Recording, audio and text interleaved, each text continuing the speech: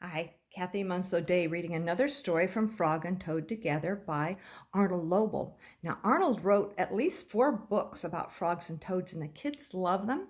And there are 5 stories in each book, and this one is called Dragons and Giants.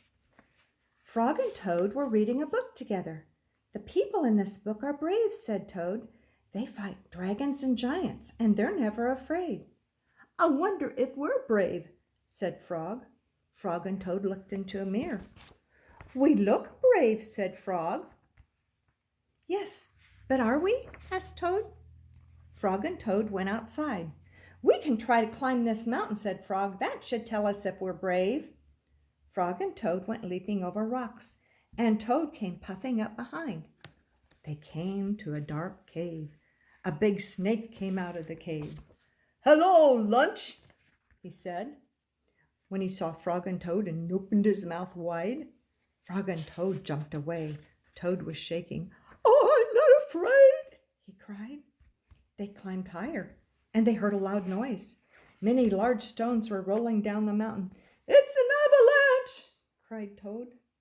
Frog and Toad jumped away. Frog was trembling. Oh, I'm not afraid, he shouted. They came to the top of a mountain. The shadow of a hawk fell over them. Frog and Toad jumped under a rock, and the hawk flew away. We're not afraid, screamed Frog and Toad at the same time. They ran down the mountains very fast. They ran down the place where the avalanche was. They ran past the place that they saw the snake. They ran all the way to Toad's house. Frog, I'm glad to have a brave friend like you, said Toad, and he jumped into the bed and pulled the covers over his head. And I'm happy to know a brave person like you, Toad, said Frog. He jumped into the closet and shut the door. Toad stayed into the bed.